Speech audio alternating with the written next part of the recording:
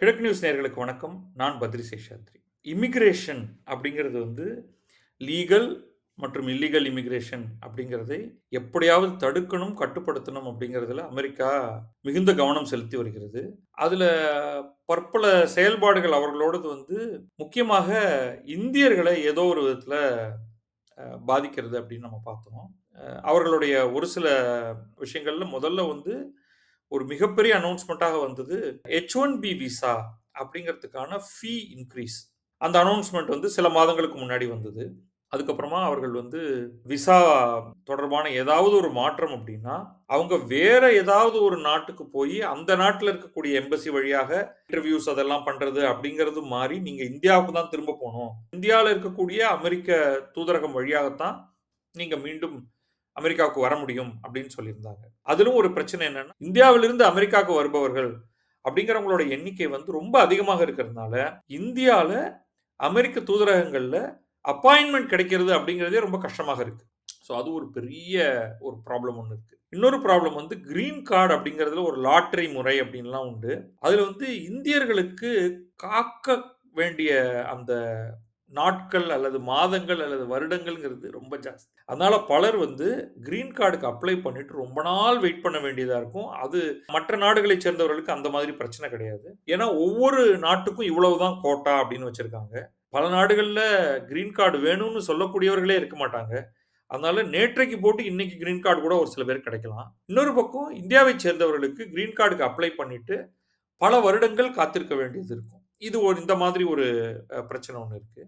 இதற்கிடையில இந்த H1B visa அப்படிங்கிறதையே கடுமையாக குறைக்கணும் அப்படிங்கிற ஒரு ஃபோக்கஸ்ல அவர்களுடைய ஹவுஸ் ஆஃப் ரெப்ரசன்டேட்டிவ்ஸ்ல டிராஃப்ட் சட்டம் ஒன்று வந்து இப்போதான் இன்ட்ரடியூஸ் பண்ணியிருக்காங்க. அதில் வாக்கெடுப்புகள்லாம் நடக்கல. பட் ஆல்ரெடி வந்து இந்தியர்களுக்கு இது எல்லாமே வந்து கெடுதலானது அப்படிங்கிறத வச்சுக்கோம். இந்தியன் எக்ஸ்பிரஸ்ல ஒரு செய்தி ஒன்று வந்திருக்கு. அதோடைய தலைப்பு இப்படி போகுது: Indians among 10,000 foreign students flagged by US ICE in OPT visa misuse probe. இதுல வந்து ICE, OPT என்ன அப்படிங்கிறதெல்லாம் பார்ப்போம். ICE ஆர் ஐஸ் அப்படிங்கிறது வந்து இமிகிரேஷன் அண்ட் கஸ்டம்ஸ் என்ஃபோர்ஸ்மெண்ட். இவங்க தான் குடியேற்றம் அப்படிங்கிறத வந்து கண்காணிக்கக்கூடிய ஒரு அமைப்பு. இந்த ஓபிடி அப்படிங்கிறது ஆப்ஷனல் ப்ராக்டிக்கல் ட்ரைனிங். ஸோ இதோடைய பின்னணி என்ன அப்படின்னு சொல்லிடுறேன். யூஸ்வலி வெளிநாடுகள்ல இருந்து அமெரிக்காவுக்கு வந்து படிக்க வராங்க. F1 விசா அப்படின்னு சொல்லுவோம். அந்த விசால வந்து படிச்சு முடிச்ச உடனே அவங்க டெக்னிக்கலி அவங்க திரும்பி போயிடணும். அவங்களுடைய விசா வந்து முடிஞ்சிடும். படிப்போட முடிஞ்சு போயிடும். நார்மலி அவங்க படித்து கொண்டிருக்கும் பொழுதே டிகிரி வாங்குவதற்கு முன்னமேயே அவங்களுக்கு இன்டர்வியூல வேலை கிடைச்சிருச்சுன்னா அப்ப அவங்களுடைய விசா ஸ்டேட்டஸ் மாறும். F1லேருந்து H1Bயா மாறும். அப்ப அவர்கள் தொடர்ந்து இருக்கலாம். அல்லது ஒரு முறை இப்ப சொல்ற மாடல் படி அவங்க வந்து மீண்டும் இந்தியா போயிட்டு திரும்ப H1Bக்கு அப்ளை பண்ணி அந்த விசாவை பெற்றுக்கொண்டு இங்கே வரலாம். இதற்கிடையில இன்னொரு ஒரு மெத்தட் ஒன்று இருக்கு. அந்த விசா நீட்டிப்புன்னு F1 விசாவை நீட்டிக்க முடியும். உங்களுக்கு படிச்சு முடிச்சிட்டீங்க, வேலை கிடைக்கல. ஆனா அந்த ஓபிடி ஆப்ஷனல் ப்ராக்டிக்கல் ட்ரைனிங் அப்படிங்கிறத வைத்துக்கொண்டு நீங்கள் உங்களுடைய விசாவை நீட்டித்துக் கொள்ள முடியும். ஒரு ஆண்டு நீட்டிக்கலாம். அதுக்குள்ள நீங்க வந்து ப்ராக்டிக்கல் ட்ரைனிங்கையும் பெற்றுக்கொண்டு வேலை கிடைக்குமா அப்படிங்கிறத நீங்க பார்க்கலாம். இதுதான் வந்து இந்த ஓபிடி அப்படிங்கிறது. ஆஸ் யூஷுவல் இந்த மாதிரி ஒரு ஆப்ஷன் இருந்ததுன்னா அதுல எப்படி ஃப்ராடு பண்ணலாம் அப்படிங்கிறது தான் வந்து எல்லாரும் பார்ப்பாங்க. இந்த 12 மாசம் உங்களுக்கு எக்ஸ்ட்ரா டைம் இருக்கு இல்லையா? இது வந்து பொதுவாக எல்லாருக்கும். இதுலயே இந்த ஸ்டெம் கிராஜுவேட்ஸ், இந்த ஸ்டெம் அப்படின்னா சயின்ஸ், டெக்னாலஜி, என்ஜினியரிங், மேத்தமேட்டிக்ஸ். இந்த கிராஜுவேட்ஸ் வந்து அப் டு 2 இயர்ஸ் பொதுவான இப்ப liberal arts, history, psychology, sociology அப்படின்னா ஒரு 12 மாசம்னா இந்த ஸ்டெம் ஸ்டூடெண்ட்ஸுக்கு 24 மாதங்கள் அந்த ஓபிடியில் இருக்க முடியும். இங்கிருந்து இந்த காலகட்டத்துக்குள்ள உங்களுக்கு வந்து H1B விசாவுக்கான மாற்றத்தையும் செய்து கொள்ளலாம். எப்படி எங்கிருந்து இதுக்கான வயலேஷன் ஆரம்பிக்குது அப்படின்னு பார்க்கலாம். ஸோ அவங்க என்ன பண்றாங்க பொதுவாக, இது யார் பண்றாங்க அப்படிங்கிறதுக்குள்ள நம்ம அப்புறமா வர ஆரம்பிப்போம். ஸோ இது என்ன மாதிரியான மிஸ்யூஸ் நடக்குது அப்படின்னு பார்த்தீங்கன்னா, ஒரு ஒரு ஃப்ராடுலண்ட் கம்பெனி ஒன்று இங்கே உருவாக்கி வச்சுப்பாங்க யாரோ ஒரு சில பேர். அந்த கம்பெனியில நான் உங்களுக்கு வந்து அவங்க உங்களுக்கான பேப்பர் ஒர்க் எல்லாத்தையும் ப்ராசஸ் பண்ணி நீங்க இந்த கம்பெனியிலிருந்து நீங்க ஆப்ஷனல் ப்ராக்டிக்கல் ட்ரைனிங் எடுக்கிறதாக காண்பிப்பார்கள். பட் இந்த கம்பெனிக்குன்னு ஒரு ஆஃபீஸே இருக்காது. அதில் ஆட்களே இருக்க மாட்டாங்க. அதுக்கு ஒரு ஒரு வெப்சைட் இருக்கும். ஏன்னா இது இது ஒரு பாவ்லாக்காக தானே இது எல்லாமே இருக்கிறது. சில இடங்கள்ல வந்து இந்த மாதிரியான இதுதான் நம்ம கோஸ்ட் ஆஃபீஸ் அப்படின்னு சொல்றோம். அந்த ஆஃபீஸ வந்து இந்தியால இருந்துகிட்டு, இந்தியாங்கிறது உதாரணமா சொல்றேன். இது இந்தியா மட்டும் தான் பண்றதில்ல. இந்திய மாணவர்கள் மட்டும் தான் பண்றதில்ல. மற்ற பலரும் பண்றாங்க. ஸோ ஆஃபீஸ் இருக்கும், அதுக்கு பேங்க் அக்கவுண்ட் இருக்கும், அதுக்கு ஒரு ஒரு போஸ்டல் அட்ரஸ் இருக்கும். ரியல் ஆஃபீஸ் இல்ல. சும்மா யாரோடையோ வீடா கூட இருக்கும் அது. இருந்துட்டு அதுலேருந்து ஏதோ வேலையெல்லாம் கூட அங்க நடந்துகிட்டு இருக்கும். வேலையெல்லாம் கூட இந்தியால இருந்துட்டு செஞ்சு குடுப்பாங்க.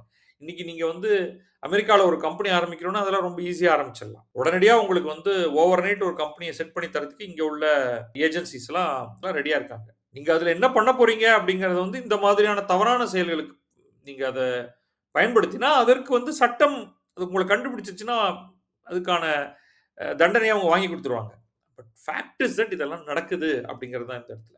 அப்ப நீங்க வந்து ஒரு டெஸ்பரேஷன்ல இருக்கீங்க. ஒரு மாணவராக உங்களுக்கு ஒரு டெஸ்பரேஷன் இருக்கு. நீங்க வந்து உங்களுடைய படிப்பு முடிய போகுது.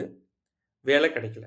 சரி ஈவன் ஓபிடி வேணும் அப்படின்னாலே, ஆப்ஷனல் பிராக்டிகல் ட்ரெய்னிங் வேணும்னாலே, அதை ஒரு நிறுவனம் உங்களுக்கு நீங்க என்கிட்ட வாங்க நாங்க உங்களுக்கு பிராக்டிகல் ட்ரெய்னிங் தரேன் அப்படின்னு சொல்லணும். அந்த இடத்துல தான் இந்த மாதிரியான ஃப்ராடுலன்ட் கோஸ்ட் கம்பெனிஸ் வந்து வேலைக்கு வராங்க.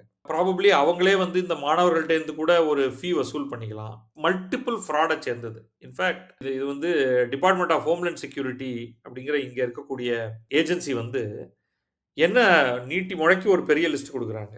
இது இது இந்த மாதிரியான ப்ராசஸ்க்குள்ள வர்றவங்க அவங்க வந்து உளவு பார்த்தல், intellectual property theft, visa employment fraud, visa and employment fraud, இந்த ஸ்கேம்ஸ் டார்கெட்டிங் எல்டர்லி அமெரிக்கன்ஸ். இங்க நம்ம ஊர்ல வந்து நம்ம டிஜிட்டல் அரெஸ்ட் அப்படிங்கிறத பார்த்துருக்கோம். அத பத்தி நம்ம ஒரு ப்ரோகிராம் ஒண்ணு பண்ணோம். டிஜிட்டல் அரெஸ்ட்ல வந்து எப்படி கோடிக்கணக்கான பணம் சைஃபன் பண்ணப்படுது அப்படின்ட்டு. அதே மாதிரி இங்க வந்து அமெரிக்கால வயதான அமெரிக்கர்கள அவங்களுக்கு இந்த டெக்னாலஜி பத்தி தெரியாதவங்கள, அவங்கள கால் பண்ணி, அவங்கள பலவிதமான ஸ்கேம் அவங்களுக்கு பண்ணலாம். நீங்க அவசரமா நீங்க இந்த பணத்த நீங்க ட்ரான்ஸ்ஃபர் பண்ணலைன்னா, உங்களுக்கு வரக்கூடிய பெனிஃபிட்லாம் நின்னு போயிடும். அப்படிங்கிறதுலேருந்து ஆரம்பிச்சு, நீங்க ஒரு $50 அனுப்பணும், $100 அனுப்பணும்னு தொடர்ச்சியா உங்க கம்ப்யூட்டர்ல வைரஸ் வந்துருச்சுங்கிறதுலேருந்து ஆரம்பிச்சு பொய்யாக பணம் கறக்கிறதுக்கு பல விஷயங்கள் இருக்கு. இந்த டெஸ்பரேட்டான ஸ்டூடண்ட்ஸ் எல்லாம் ஓபிடில மாட்டிக்கும் பொழுது, அவர்களை வைத்து இந்த மாதிரியான கெட்ட காரியங்கள் எல்லாம் நடக்கிறது.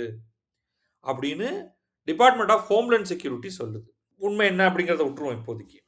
ஸோ இவங்க என்ன பண்ணியிருக்காங்க, நிறையா ஃபீல்டு விசிட் பண்ணி பல இடங்கள்ல இந்த ஓபிடி பெனிஃபிஷியரிஸ் இருக்கக்கூடிய கம்பெனிஸை அவங்க வந்து போய் பார்க்குறாங்க. சைட் விசிட் பண்ணும்பொழுது எக்கச்சக்க இரகுலாரிட்டிஸ் அங்கே இருக்கிறத பார்க்குறாங்க. இது என்னன்னா, இந்த நிறுவனங்கள் எல்லாம் இந்தியாவில் இருப்பவர்களை வைத்து மேனேஜ் பண்ணப்படுது.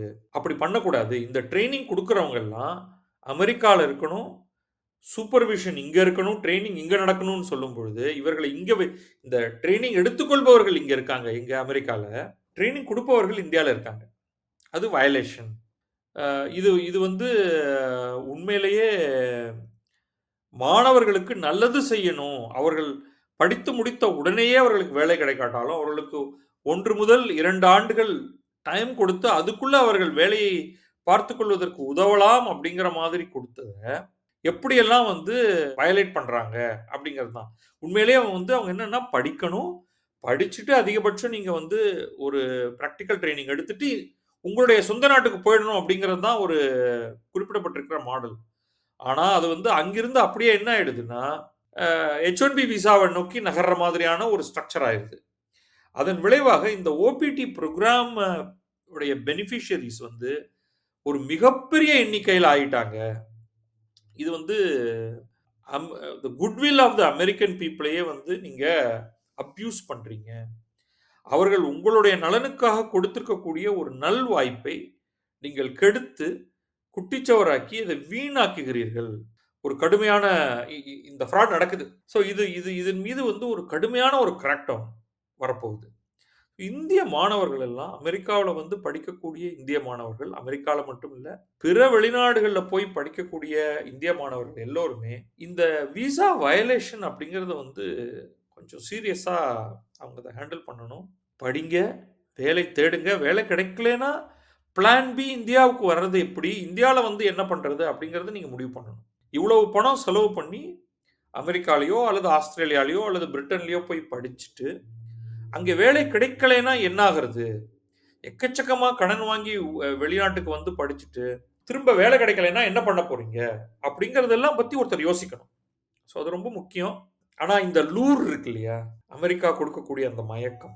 அதுதான் ப்ராப்ளம். ஸோ அதில போய் சிக்கிக்காம இருக்கிறது நல்லது. பட் நம்ம அவ்வளோதான் நம்ம கொடுக்கக்கூடிய அறிவுரை. பார்க்கலாம் அது என்ன மாதிரி வந்து இந்தியர்களும் தங்களை மாற்றிக்கொள்ள முனைகிறார்கள் அப்படிங்கிறத. நன்றி, வணக்கம். நான் பத்ரி சேஷாத்ரி. இது கிழக்கு நியூஸ்.